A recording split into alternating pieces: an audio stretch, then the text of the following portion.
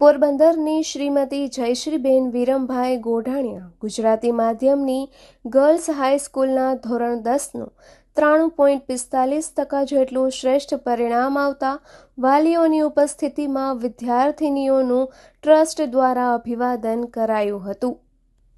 રાજ્ય પરીક્ષા બોર્ડનું ધોરણ 10નું 93.45% પરિણામ જાહેર થયું છે। ત્યારે પોરબંદરની શ્રીમતી જયશ્રીબેન વિરમભાઈ ગોઢાણીયા ગર્લ્સ હાઈસ્કૂલની વિદ્યાર્થિનીનું શ્રેષ્ઠ પરિણામ આવતા વિદ્યાર્થીઓ તથા વાલીઓને મીઠું મોં કરી સત્કાર કરવામાં આવ્યો હતો।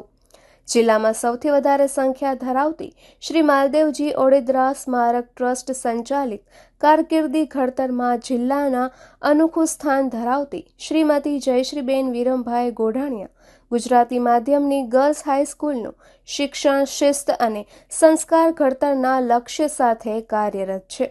ત્યારે ધોરણ 10નું ગુજરાતી માધ્યમનું ઉત્તમ પરિણામ જાહેર થયું છે, જેમાં A1 ગ્રેડમાં 5 વિદ્યાર્થીઓ તથા A2માં 16 વિદ્યાર્થીઓનો સમાવેશ થયો છે।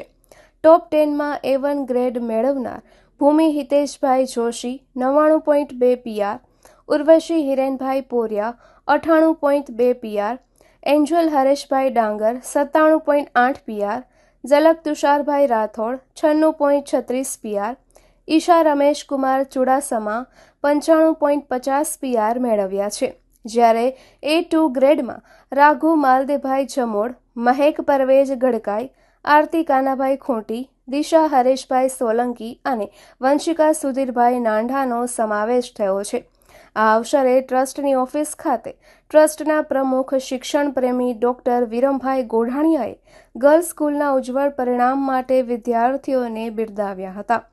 આ અવસરે ટ્રસ્ટી શ્રીમતી જયશ્રીબેન વિરમભાઈ ગોઢાણીયાએ જણાવ્યું હતું કે જે વિદ્યાર્થીઓ શ્રેષ્ઠ પરિણામ લાવ્યા છે તે માટેનું કારણ વિદ્યાર્થીની નિયમિત હાજરી અને વાલીઓની વિદ્યાર્થીઓ પ્રત્યેની જાગૃતિ મહત્વના છે।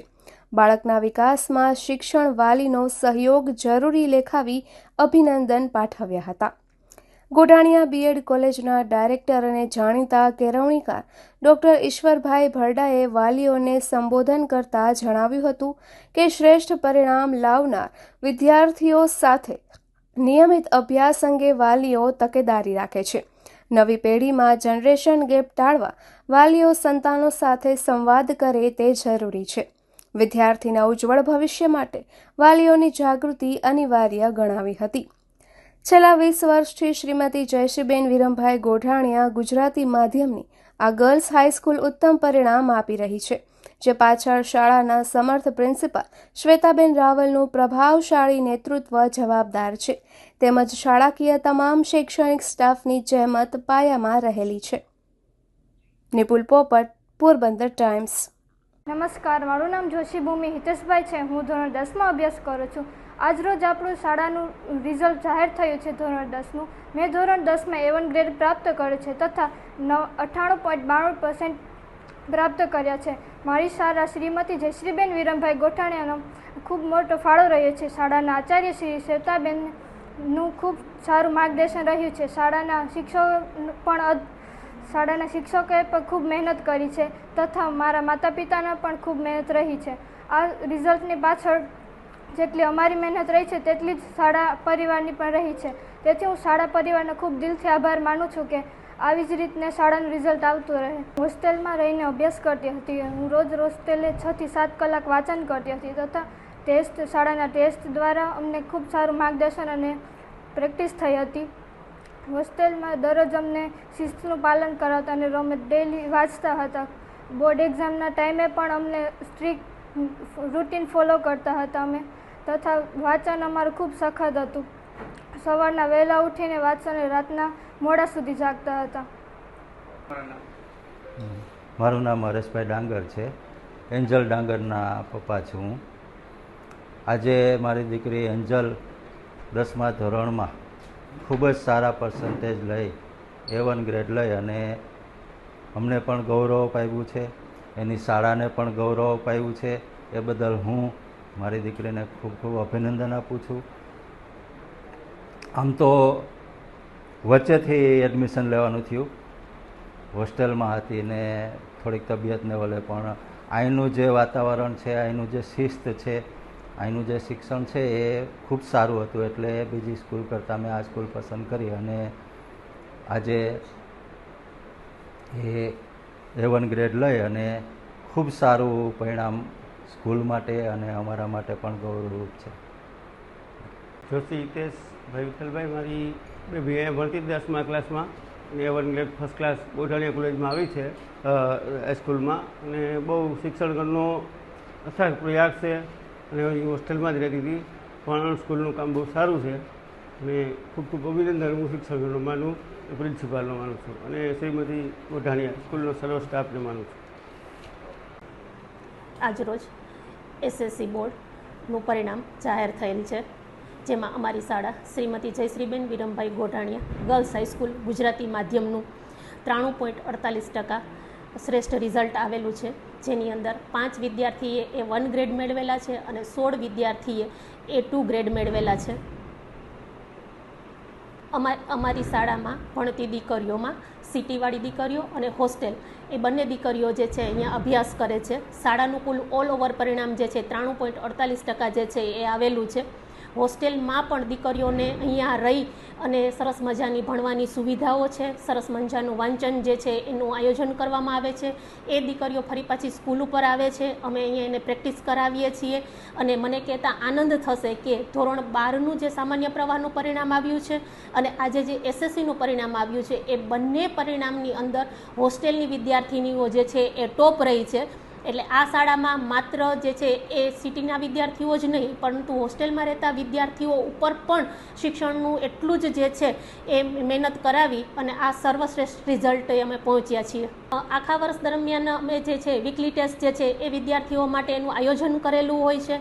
વીકલી ટેસ્ટ પછી અમે યુનિટ ટેસ્ટ લેતા હોઈએ છીએ અને જ્યારે કોર્સ પૂરો થાય એટલે સંપૂર્ણ કોર્સનું કન્સેપ્ટ બેઝ રિવિઝન કરાવીએ છીએ, પેપર પ્રેક્ટિસ કરાવીએ છીએ અને પછી જે છે એને જ્યારે પણ પેપરમાં કંઈ પણ ત્રુટિ રહી ગઈ હોય સ્કૂલની પરીક્ષામાં, ફરી પાછું અમે એને માર્ગદર્શન આપી અને બોર્ડની પરીક્ષામાં શ્રેષ્ઠ જે છે એ પેપર લેખન કેવી રીતે કરી શકીએ એ પણ વિદ્યાર્થીઓને સતત માર્ગદર્શન અહીંયા શિક્ષકો દ્વારા પૂરું પાડવામાં આવે છે. જે વિદ્યાર્થીઓ જે છે એ નબળા હોય તો એમને પણ સતત 5 વર્ષના બોર્ડના પેપરની પ્રેક્ટિસ કરાવી અને વિદ્યાર્થીઓ જે છે એ પાસિંગ સુધી પહોંચી જાય એવો અમારો સતત પ્રયત્ન હોય છે અને એને કારણે જ સ્કૂલનું આટલું સારું રિઝલ્ટ જે છે અમે લઈ આવી શક્યા છીએ. આજે અમારી સંસ્થા માટે ખુશીનો દિવસ છે. આજે ફરી એક વખત 10મા ધોરણમાં પણ અમને શ્રેષ્ઠતા મળી છે. હંમેશા શિક્ષણની સફળતામાં 2 મહત્ત્વના પાસા છે. એક વાલીઓની જાગૃતિ અને બીજું શિક્ષકની પ્રતિબદ્ધતા, તેમનું કમિટમેન્ટ અને ડેડિકેશન. આજે જે બી પરિણામ મળ્યું છે, જે સફળતા 10મા અને 12મા ધોરણમાં અમને મળી છે, એ સફળતાની પાછળ યોગદાન આ 2 પાસાના જ છે. એક વાલીઓની જાગૃતિ અને અમારા શિક્ષકો ખૂબ જ મહેનત અને કમિટમેન્ટથી કામ કરે છે. આજે છેલ્લા ઘણા વર્ષોથી હું જોતો આવું છું. આ અમારી સંસ્થા ગુજરાતી મીડિયમ તો ઘણા વર્ષોથી છે, એટલે 21 વર્ષ ઉપર થયા ને બેન, 21 વર્ષ ઉપર થયા. તે રીતના મેં ઇંગ્લિશ મીડિયમમાં પણ કહ્યું કે એ પણ એને 19 વર્ષ ઉપર થયા, 20 વર્ષ ઉપર થયા. આ દરમિયાન હંમેશા અમારો રેકોર્ડ રહ્યો છે 2 વસ્તુમાં. અમે હંમેશા ડિસિપ્લિનમાં માનીએ છીએ, નંબર 1, અને ક્વોલિટી એજ્યુકેશનમાં. પ્રયત્ન અમારો એવો રહ્યો છે કે આ વિસ્તારમાં સ્પેશિયલી અમારી પાસે જે દીકરીઓ આવે છે એ મૂળભૂત ગામડામાંથી આવતી હોય છે.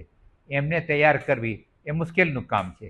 છતાં પણ અમે આ દીકરીઓને અને દીકરાઓને ઇંગ્લિશ મીડિયમમાં એ બધાને અમે તૈયાર કરીએ છીએ અને સારું શિક્ષણ આપવાનો પ્રયત્ન કરીએ છીએ.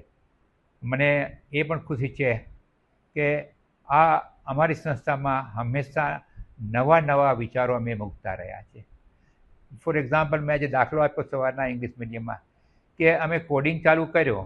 IT તો અમે બધે ચાલુ જ કરીએ છીએ, કારણ કે શિક્ષણની સાથે સ્કિલ ન હોય તો શિક્ષણ આજના યુગમાં એ મહત્ત્વ નથી.